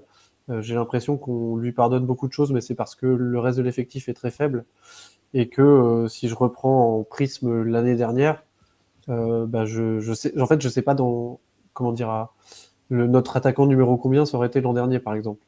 Quand je repense à un Perrin, à Traoré, à même Sidayoko, même à Aye qui pouvait parfois être intéressant dans le jeu, bah voilà, il aurait été à ce niveau-là, quoi. Ça aurait pas non plus été. Et aujourd'hui, ça doit être un de nos leaders d'attaque parce qu'on a personne d'autre. Donc bref, donc Namaso, je suis un peu déçu. Mais sinon, Sinayoko, ça va être le seul que je vais ressortir en positif parce que, bah, en plus, il se bat, il fait un travail défensif. Et voilà, et c'est dommage qu'encore une fois, en fin de match, il marque pas son face-à-face parce que je pense que les efforts, ça paye, mais c'est dommage qu'il marque les face-à-face quand il est hors jeu et pas ceux quand il est en jeu. Mais bref, c'est comme ça. Et en plus, si je me projette aussi un peu, ben, on va devoir faire sans lui à Lorient. Parce qu'il est suspendu et je ne crois pas qu'on ait fait appel, parce que j'ai pas vu ça. Florent, je Si, pense que si. tu pourras nous. Si, c'est bon, il a été annulé Ah, il était annulé, je Ouais, son savais pas carton a justement. été J'avais pas annulé, ouais. vu si justement ça avait été fait. mardi soir, du coup, en Ouais. commission. Ah, ok, d'accord, Ça, très bien. c'est bon. Donc bon bah écoute, Il sera à Lorient. donc il sera à Lorient et on aura peut-être la chance de mettre un but du coup. Ça va être notre espoir. Mais non, après, bon, pour le coup, moi s'il avait été suspendu à Lorient, j'aurais trouvé ça pas si mal parce qu'on repartait à 0 sur la fin de saison. Parce que là, ça paraît difficile qu'ils prennent pas un autre carton sur la fin de saison. Mais bref, tout ça pour dire que ça, moi, c'est le seul que je ressortirai en positif en tout cas. Et juste ouais, pour ressortir un René, bah, j'en ai un peu parlé, mais Simonski, moi, que je connaissais pas du tout, j'ai trouvé très très intéressant. Et Mady Camara très bon, mais Mady Camara, enfin voilà, c'est un joueur que enfin que je trouvais vraiment très très limité quand il était à Saint-Étienne. Et il m'a totalement fait mentir à Brest. Et c'est plus du tout le même joueur. Et c'est vraiment un joueur très très très intéressant maintenant. C'était un match pour lui en plus, juste pour rebondir sur Camara, c'est que déjà, je trouve que Rennes est une équipe qui est faite pour jouer en transition et pas pour avoir le ballon. Et en fait, Camara, c'en est l'exemple type. Et c'était un match pour lui parce qu'Auxerre a tellement laissé d'espace, Rennes a tellement pu remonter le ballon en transition que bah, c'est là où il est le meilleur. Et quand il se projette comme ça devant la surface, comme il faisait à Brest, l'année où Brest a Ouais, fini c'est troisième ça. de Ligue 1, là on a retrouvé le Camara, le grand Camara du stade brestois. Et c'est une configuration de match qui ne pouvait que lui aller. Donc c'est pas illogique de le voir briller sur un match comme ça. Bah, c'est vrai que voir la progression de Mady Camara, c'est vrai, je me rappelle, Benji, tu le dis, franchement, à Saint-Etienne, moi, Ah, moi, j'aimais pas du tout, hein. Enfin, ouais, honnêtement, je lui aurais pas prédit une si belle carrière. Là, mm. voilà, c'est parti pour jouer des matchs de Coupe d'Europe avec Rennes, sûrement dans les années à venir, etc. Donc, en tout cas, c'est tout ce qu'on lui souhaite et tout ce qu'on Ouais, vous en tout cas, souhaite, Mathis. c'est le niveau, enfin, ça joue l'Europe en Ligue 1, quoi. Après, je sais Oui, pas Et c'est si ça. voilà. on ira, mais Ouais, c'est c'est ça. largement son niveau maintenant, et c'est vrai que je l'aurais pas parié à l'époque à Saint-Etienne. Bah, en Ligue des Champions avec Brest, il était largement titulaire au milieu avec Hugo Magnetti, si je me trompe pas. Franchement, Mm. il y avait, enfin, je dirais, il avait sa place sans trop broncher. Florent, côté Auxerre, Benji a parlé évidemment des négatifs. Moi, j'ai juste quand même, ouais, je trouve sur la deuxième mi-temps, individuellement, les changements, je trouve Mensah il rentrait avec un peu de volonté quand même. Mm. Kevin Danois, c'est peut-être un poil réveillé sur la deuxième. Ouais, moi, s'il y en avait un à ressortir, c'était justement JD Mensah. Ouais, il était donc du coup resté sur le banc à Metz. C'est un joueur, moi, que je trouve plutôt correct. Il a jamais trop déçu depuis son arrivée à la GIA. C'est sûr qu'il fait pas 15 passes D par saison, mais au contrario, on peut compter sur lui et peu importe qui il a en face. Et ça, c'est quand même pas mal, surtout quand on est dans une telle situation et surtout dans le football que j'aime bien, bah, jouer avec des centraux ou des profils typés centraux en latéraux, j'aime pas trop ça et c'est pour ça aussi que ça fait une différence sur ce match-là quand il rentre par rapport malheureusement à Clément Akpa qui a pas du tout le même profil. Même s'il y a déjà joué pas mal en tant que latéral gauche et qu'il a été performant à ce poste-là, mais c'est forcément pas le même profil. Et on peut pas demander la même chose à Clément qu'à Gideon. Et pour le coup, pour moi, ça a été un impact player justement sur cette rencontre. Après, il faut pas oublier qu'il est en fin de contrat en fin de saison, donc il y a d'autres choses qui nous échappent et qui sont à gérer. Et c'est pour ça aussi que il est un peu mis de côté parfois. Et voilà, c'est un petit peu dommage parce que c'est un joueur que moi, personnellement, j'aime bien. Après, moi, je trouve qu'il est en deçà de son niveau Il est un cette peu en saison, deçà hein, cette parce saison. que par rapport à ce qu'il a été capable de faire la saison L'an dernière, dernier, il où- était peut-être au-dessus de ce ouais, qu'on ouais, pouvait mais attendre de largement. lui Oui, c'est vrai. et là, trop en dessous. Mais Bon, est-ce que, ouais. parce que moi, Donc son quand, niveau est quelque part entre les deux, quoi. ouais, c'est ça. Parce que c'est vrai que à son top niveau, on va dire, entre lui et Akpa, je préfère lui 10 fois en latéral, je suis d'accord. Mais moi, dernièrement, je trouvais ça pas ça illogique de replacer Akpa à gauche et de tenter avec Oko parce que je trouvais que Mensah était très en deçà de ce qu'il pouvait faire. Maintenant, la réalité, c'est que la saison d'Akpa, elle n'est pas non plus exceptionnelle. Il y avait du mieux, mais là, encore une fois, je le trouve au moins responsable sur 2 buts dimanche. Donc, bah voilà, c'est une saison très difficile pour lui aussi par rapport à l'an dernier, quoi. Ouais, évidemment. Est-ce que Florent était un peu en train de nous parler du potentiel, enfin du départ de Mensa ou quoi là sur sur les choses qui nous échappent? Je suis pas, je suis pas son agent, mais on sait que déjà l'été dernier, il avait Équipé? eu en tout cas des approches, mais ça s'est pas matérialisé par des offres, notamment du championnat portugais où il aimerait peut-être, où il s'y verrait concrètement. Mais quand on arrive forcément à échéance comme ça et son contrat qu'on n'a toujours pas prolongé, bah, il y a plus de chances de quitter le club que d'y rester. Ouais, je Ouais. suis d'accord avec toi. Et justement, je levais le Surtout si sujet. on descend, je suis pas sûr Oui, qu'il- il voudra pas recommencer en Ligue 2, Mm. franchement, Mm. Mensa. Et il aurait tout intérêt, un championnat portugais, belge, etc., à aller jouer la première partie de tableau dans des championnats comme ça. Justement, Florent, je levais la supposition au début de l'émission, et on y revient à ce poste de latéral gauche. Là, avec les performances de Brian Oko, c'était un poil moins bon hier, mais ça va quand même être difficile de le sortir du 11. Akpa est sorti à la mi-temps, Mensah est rentré. Qu'est-ce qui va se passer selon toi sur les prochains matchs? Est-ce que Akpa va être mis sur le banc aux dépens de JD Mensah, pourquoi pas titularisé à gauche? Bah, Christophe Payet, il raisonne collectif, hein, donc il va pas se gêner, peu importe qui est en dessous de ses performances, de le mettre sur le banc. Hein. C'est pas le genre d'entraîneur qui fait passer l'individu en premier, peu importe qui c'est. Donc si c'est l'occasion de piquer un peu Clément Akpa et de le faire rester un peu sur le banc, pourquoi pas? Enfin après, je sais pas quel choix il fera. Hein. C'est pas moi Oui, l'entraîneur, évidemment. mais après, avoir aussi quelle animation tactique il veut mettre en place. Enfin, mettre Clément Akpa arrière gauche, c'est pas pour rien non plus. C'est que tactiquement, on veut faire des choses qu'on ferait pas ou avec un Gideon Mensah pour citer que lui. Donc, c'est à voir comment tu animes et comment tu veux ouais, animer tactiquement une rencontre, quoi. Ouais, et puis là, avec bah voilà, les erreurs défensives, les erreurs de placement, les erreurs tactiques, je vois le sorcier qui met dans le chat, bah pourquoi pas voir sur les prochains matchs un retour de la défense à 5. J'ai un peu de mal à y croire, mais avec, bah on l'a vu, soit Mensah excentré gauche qui avait été vraiment très très bon dans la défense à 3, voire à son poste, moi je trouve là où il peut être potentiellement le meilleur en piston, avec justement Akpa qui rentre dans la défense à 3, si piston aussi qui, on le sait, là où il peut-être le plus à l'aise.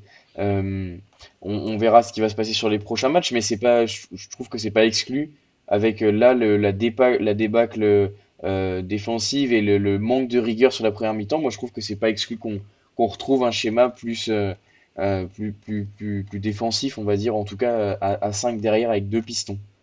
Euh, Messieurs, avant de passer au top flop et de clôturer cette belle émission, comme ça vous laisse un peu le temps de réfléchir au top flop dans le chat. N'hésitez pas à nous le donner également. On va pouvoir discuter peut-être un tout petit peu. Voilà, je sais pas à quel point elles sont fondées, ces rumeurs qu'on a vues sur les réseaux sociaux, sur la situation au club. Hier soir, voilà, on parlait d'un potentiel départ ou licenciement, en tout cas de Christophe Pellissier et son staff. Benji, je crois connaître ta réponse à la question sur le départ ou non de Christophe Pellissier. Simplement, est-ce que selon toi, est-ce que avec cette défaite-là, on peut potentiellement s'en rapprocher, ou est-ce que on Moi, espère. je sais pas. Je pense que, en dehors du fait que je suis pas sûr qu'un autre entraîneur puisse faire beaucoup mieux que Christophe Pellissier aujourd'hui, euh, comment dire, je trouve que ce serait presque trop tard et que si on avait voulu le licencier et partir sur un nouveau cycle, il aurait peut-être fallu le faire plus tôt. On n'est pas dans cette situation-là depuis 2 semaines, hein. On n'est pas une équipe qui dégringole au classement. On est une équipe qui a toujours été derrière, qui a toujours su depuis le début qu'on allait se battre pour le maintien. Donc au final, enfin voilà, moi déjà à l'époque j'étais pas pour parce que je trouvais qu'on n'aurait pas mieux. Je vais pas plus être pour maintenant, même si encore une fois sur le match de dimanche, je trouve que moi je lui trouve des responsabilités en tout cas sur sa non-réaction, sur sa réaction tardive. Mais c'est pas pour autant que je pense qu'un autre coach ferait mieux avec l'effectif à disposition, les joueurs à disposition et notre situation. Ouais, je suis complètement d'accord avec toi sur l'effectif à disposition. Et d'ailleurs, je vois dans le chat, ça en parlait au moment quand on parlait des changements. Est-ce que ces quatre changements-là, c'est pas fait aussi un petit coup pour voilà, dire bah finalement, vous voyez ce qu'il y a à disposition, et ce avec quoi je compose. Je Euh, pense que tout le monde sait ce qu'il a à disposition. Tous ceux qui sont autour du club, en plus, c'était pas, comment dire, il s'en était plaint aussi lui-même en oui, conférence de presse en demandant des renforts, etc. Donc, enfin voilà, je pense que Et encore, dites-vous qu'il y a eu des bancs bien pires que ça depuis le début de saison. oui, Donc, tout à oui, fait, c'est vrai. tout à pour fait. le coup, ça se remplumait un petit peu de ce côté-là. Donc, Tout à fait. Et quand tu regardes, bon, il y a quand même Fèvre, Koulibaly qui sont encore blessés. Devant, c'était quand même compliqué en termes de remplaçants. C'est pour ça qu'on a vu notamment Hopegard plus haut. Après, la stat, c'est que à l'heure actuelle, on est le seul club des 5 derniers à ne pas avoir changé d'entraîneur, puisque Nantes l'a fait et va le faire même une deuxième fois. Metz l'a fait. Le Paris FC l'a fait là cette semaine Le avec Antoine retour d'Antoine. Comboiré. Et Nice l'a fait avec le retour de Claude Puel également. Florent, est-ce que selon toi, la Stade va pouvoir se perpétuer au moins jusqu'à la fin de saison? Est-ce qu'en tout cas, c'est trop tard pour changer de cycle, comme l'a dit Benji, si on avait enfin, si les dirigeants avaient voulu changer de cycle? j'ai tendance à croire que c'est jamais trop tard dans le foot, malheureusement, et que tout va trop vite et que les entraîneurs sont souvent les premiers fusibles. On le sait, il y a eu beaucoup d'exemples comme ça. Après, je suis pas du tout décideur au club ou quoi que ce soit, donc je m'écarterai de juger ça. Euh, mais pour moi, c'est mon humble avis, c'est pas la chose à faire dans ce moment-là. On sait qu'en plus, quel message t'envoie derrière? Le coach a toujours été soutenu par les supporters, par exemple. Les supporters n'ont pas l'air de justement supporter beaucoup de personnes Oui, ça serait une au sein fracture du de plus club. peut-être. Donc pourquoi aller aussi à l'encontre de ça? Parce que c'est pareil, on sait qu'à la GIA, il y a un environnement derrière qui est important. Il y a cet aspect familial qu'on aime tous et cette ferveur qui perdure malgré les résultats inquiétants. Et ça, c'est une vraie force dans une course au maintien par rapport aux autres clubs où on le voit, ça s'est déjà délité les ambiances dans les stades et depuis un petit moment.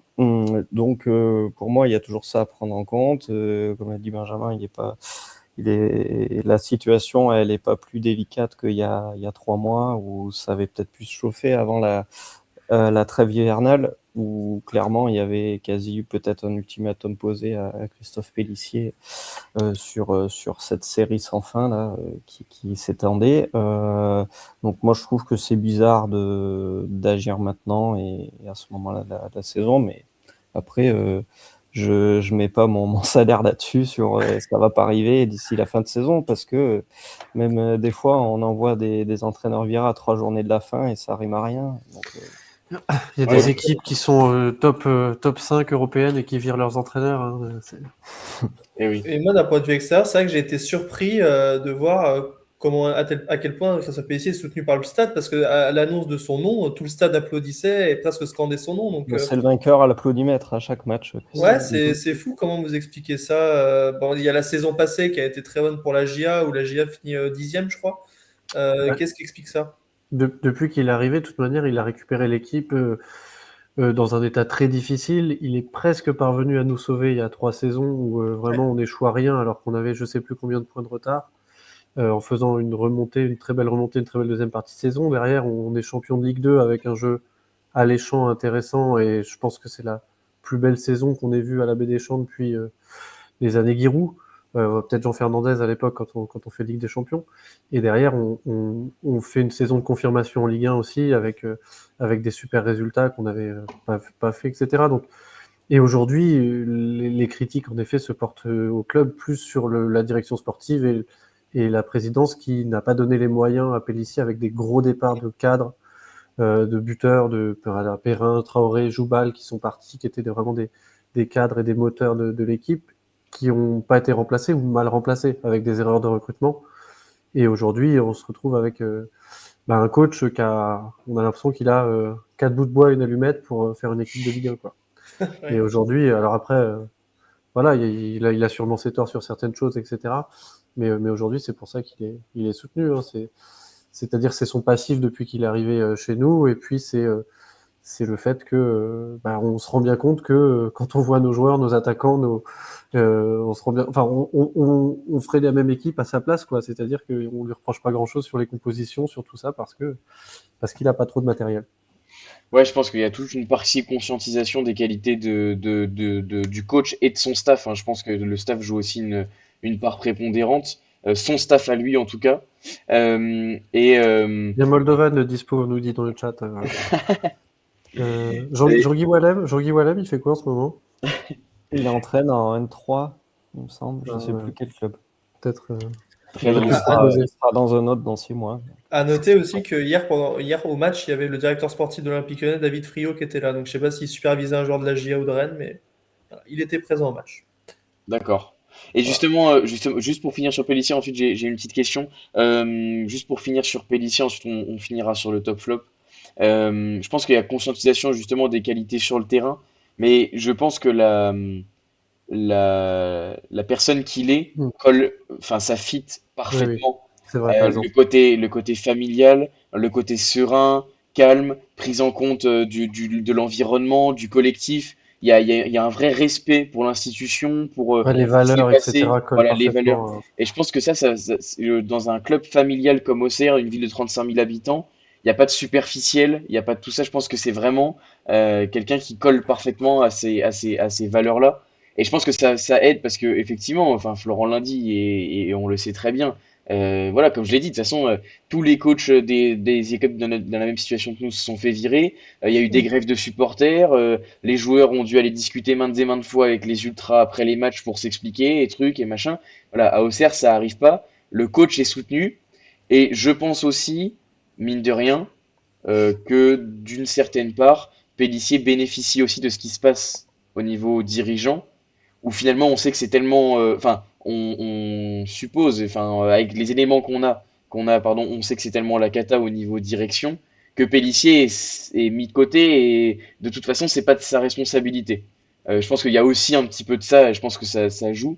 Mais en tout cas, voilà, je pense que l'aspect qualité sur le terrain et puis en dehors avec toute sa partie managériale aussi, hein, c'est vraiment un manager, Christophe Pélissier, au-delà d'un simple coach sur tout l'aspect vestiaire, groupe.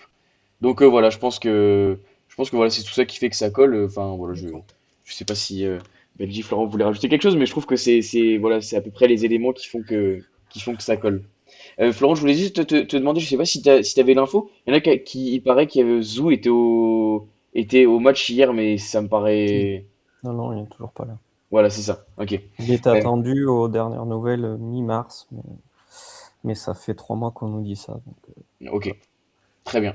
c'est Ok. toujours compliqué d'un point de vue administratif pour se rendre en France. Évidemment. Évidemment. Ouais. Et je pense que Après, ça. c'est dommage si ça arrive pas à tourner sans James Zhu, qui, on sait, doit être plusieurs mois par an en Chine. Hein. Donc, si le club arrive pas à tourner Oui. quand il est pas là, C'est questionnant aussi. C'est vrai, mais comme il avait été très très présent pour le coup C'est vrai. les saisons précédentes, c'est vrai C'est vrai, c'est que vrai.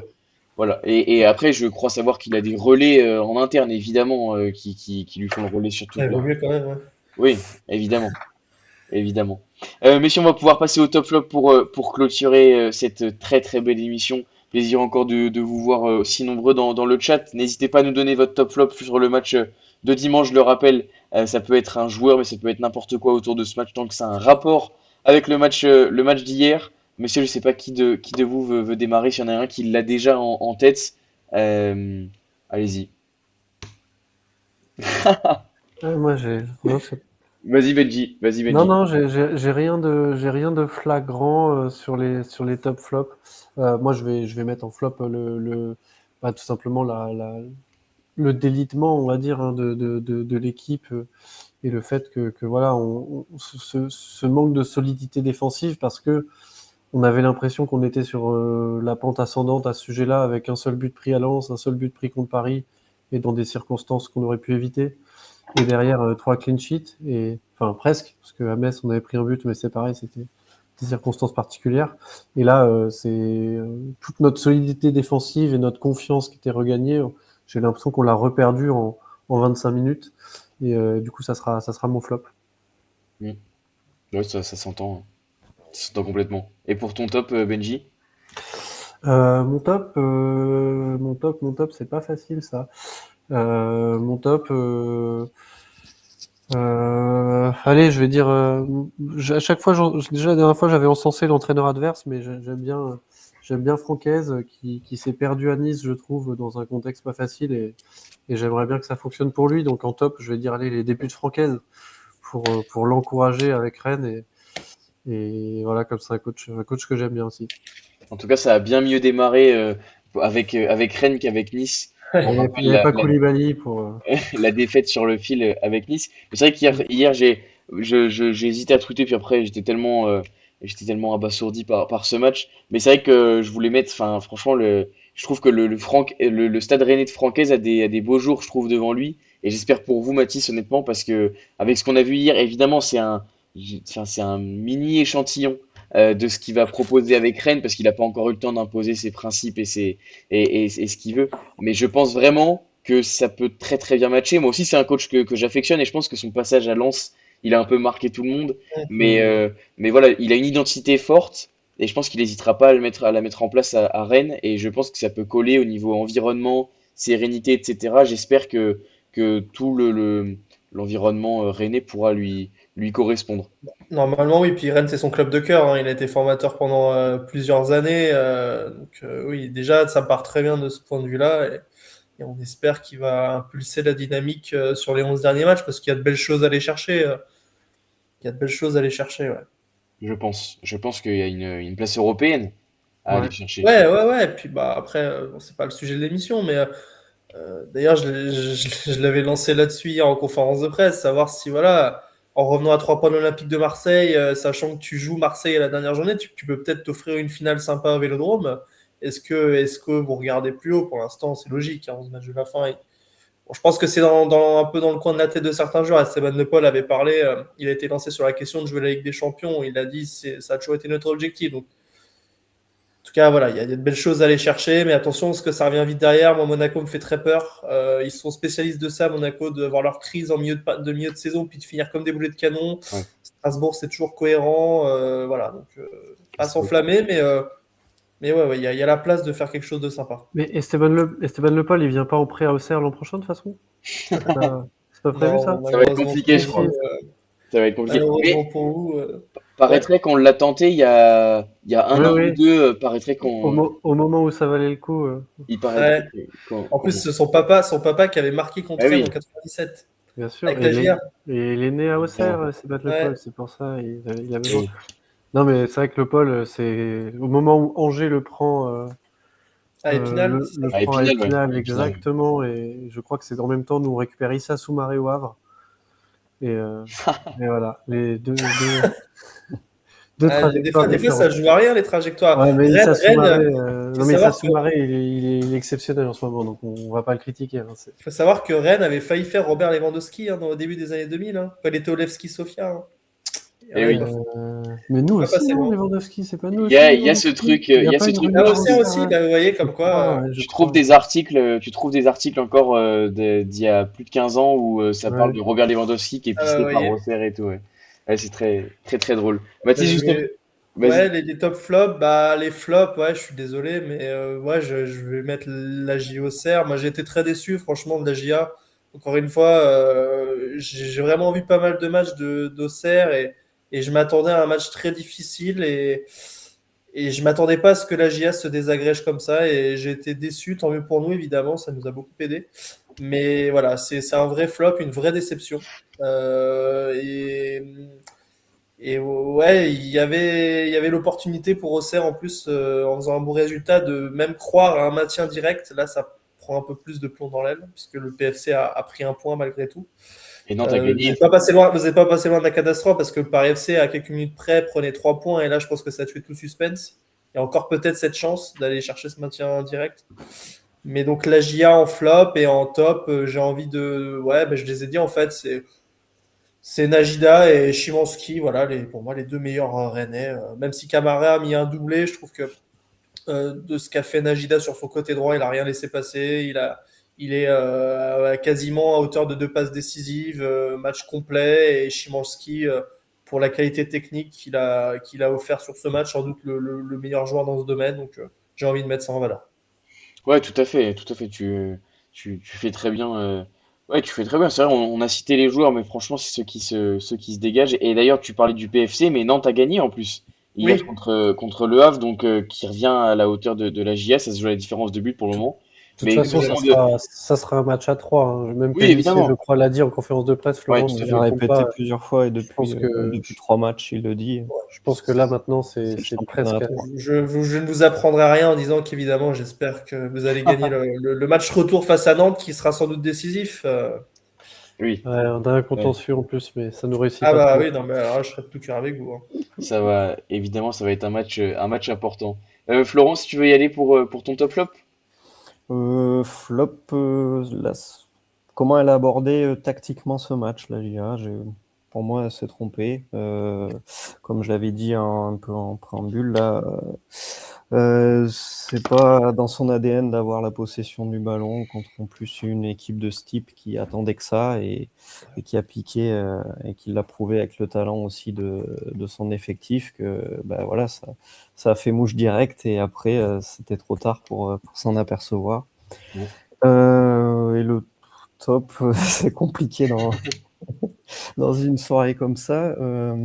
Peut-être, ouais, je l'avais dit tout à l'heure, JD Mensah, qui mine de rien ne lâche pas aussi. Ça doit pas être simple de vivre une saison comme ça individuellement et avec le côté contractuel, enfin voilà, personnel aussi. Donc de voir aussi qu'il continue à se battre pour ce club-là, ça fait aussi plaisir et c'est ce qu'on aime aussi dans ce collectif auxerrois qui, mine de rien, il a beau traverser une saison très galère.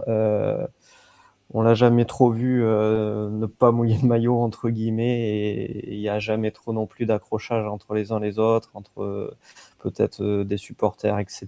Donc c'est pour ça aussi que ce club est toujours un peu à part dans ce championnat français. Eh oui. Évidemment, un club à part. Un club à part, ouais, je vais y aller vite fait pour mon top flop et comme ça après je vais vous libérer, messieurs. Déjà, bah, merci à tous d'avoir été là d'être encore là dans le chat, ça fait plaisir. Moi, je sais pas si c'est un top ou un flop, je sais pas trop où le situer, mais là je trouve que c'est l'environnement qu'il y avait autour de ce match-là. Et au fil du match, on a vu quand même des vidéos de gens, de pas mal de personnes partir à la mi-temps, à 3-0, quitter le stade. Et ça, au CER, on en parlait avec Benji en off un peu tous les deux, et c'est vraiment très très très rare. Le stade n'était pas plein, il n'y avait pas de guichet fermé, ça faisait aussi, enfin ça participe aussi un peu de cette saison, même s'il y avait quand même du monde. Voilà, j'espère que au moins le public va être là jusqu'à la fin de saison. J'ai pas trop de crainte parce que hier il y avait quand même une belle ambiance encore malgré malgré le résultat négatif. Bon, après, il y a un moment où effectivement ça s'est calmé après les deux buts, mais sur les 20 premières minutes, il y avait encore une belle ambiance. Le stade était quasi plein. Voilà, j'espère juste que ça va continuer. Ça va continuer. On sait que le supporter auxerrois est globalement assez gentil quand même. On l'a répété au fil de cette émission. Mais voilà, j'espère que ça va continuer et que tout le monde va mettre tout ce qu'il peut derrière l'équipe, malgré évidemment, on a tous plein de choses à dire sur cette équipe. Mais si même nous, on n'est pas là pour les soutenir, ça va être compliqué après pour eux d'aller chercher quelque chose. Et on en a parlé un peu tout au long de l'émission, de l'aspect mental. Et je pense que si les supporters venaient à lâcher l'équipe, je pense que là, mentalement, il n'y aurait plus rien à aller récupérer chez les joueurs. Donc ça va être compliqué. Euh, et puis ouais, je sais pas, c'est un peu mon top, mon flop. Voilà, j'ai pas vraiment de top sur ce match-là côté OCR. Voilà, moi j'ai kiffé les ressorties de balles rennaises en deuxième mi-temps sur le côté gauche. Il y a eu plein de choses qu'on a pu analyser côté rennais parce que c'est à peu près la seule équipe qui a joué sur les trois quarts du match. Donc voilà, mais non, franchement, pas forcément de top, ne serait-ce que voilà, vous dans le chat, ça fait plaisir de voir si nombreux parce que la saison dernière c'était mieux que ça et pourtant on a fait des émissions où c'était bien creux dans le chat et chez les viewers. Donc là, voir qu'il y a du monde. Ça fait plaisir, voir qu'il y a des gens qui répondent présents aussi pour venir. Benji, Florent, j'en profite pour vous remercier. Ça fait vraiment plaisir de vous avoir au fil des semaines. Euh, donc voilà, c'est cool de voir que l'engouement continue en tout cas dans l'émission. Ça fait plaisir. Ça fait plaisir. Bon bah voilà messieurs, je crois on peut clôturer. Benji, Florent, j'en profite pour vous remercier à nouveau. Et puis si évidemment j'imagine qu'on va être amené à se recroiser au fil de la saison. Si vous avez des dispos, ce sera avec plaisir que je vous recevrai. Mathis, c'est déjà le match retour, donc je crois qu'on va prier pour se dire à l'année prochaine. Oui, voilà, c'est ce que j'allais dire. On va espérer En se coupe. retrouver l'année prochaine. Hein? En coupe. Ouais, en Coupe de Non, France. non, bah non.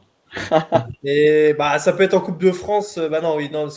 Si tu peux jouer ton 32e de finale avant le dernier match de la phase aller la saison prochaine, donc ça peut être en coupe. Eh oui.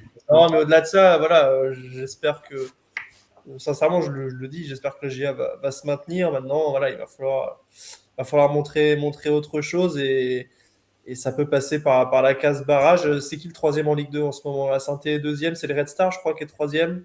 Ouais, c'est très serré, hein, de toute façon. Voilà, si je pense que la place de barragiste, C'est Reims, il me semble, non? Reims, ouais. Ouais, je crois. Je pense qu'il faudrait réussir à éviter Reims ou Saint-Etienne en barrage, parce que Reims, ça peut être costaud. Je pense qu'ils n'ont pas perdu beaucoup de joueurs pour ce championnat, donc ils vont avoir les armes. Mais voilà, en tout cas, je souhaite bon courage. Je sais que c'est pas facile d'être dans cette situation-là. Et voilà, j'espère que vous allez prendre les points qui restent sur les 11 derniers matchs. 17 points, il faut gagner 5 matchs, quoi, à peu près, prendre 15 points, peut-être un peu moins pour espérer le barrage. Ouais. Doubler notre nombre de points, quoi. Ça va être Ouais, voilà, compliqué, c'est ça. Ouais. Ça va être évidemment, ça va être tendu, mais Avec un gros calendrier en plus, parce que vous avez encore Lyon, Marseille à jouer, je crois. Ouais, à l'extérieur, les deux. Lyon, Marseille, Ouais. Monaco à l'extérieur. Et Lille aussi, il me semble. il nous reste Ah non, Strasbourg. Lille, c'est le va- dernier match. À Va Lille. falloir faire des exploits, quoi. Mais bon, après, c'est possible, hein. On a déjà été capable de le faire Voilà, c'est ça. la saison dernière. Donc, À voir si on est capable C'est vrai de que réitérer. Mais aussi là, le 3-0 au Vel à la mi-temps, je mets pas ma paye dessus non plus, comme disait Florent. non, franchement, là, il est difficile à parier celui-là. Bon, messieurs, Voilà. en tout cas, merci beaucoup. Ça fait plaisir de vous avoir. C'était une super émission. Merci à vous dans le chat. Et puis pour ceux qui ont pris en cours de route, c'est dispo dès demain sur les différentes plateformes YouTube, Spotify. Merci à vous. Passez une bonne fin de soirée et puis une bonne semaine. Bon courage à tous. Et puis, on se retrouve lundi prochain avec, on l'espère, les 3 points. Mais au Moustoir, ça va être très, très compliqué, évidemment. Passez une bonne fin de semaine. Merci à tous. Allez, la GIA. Bonne semaine. Ciao.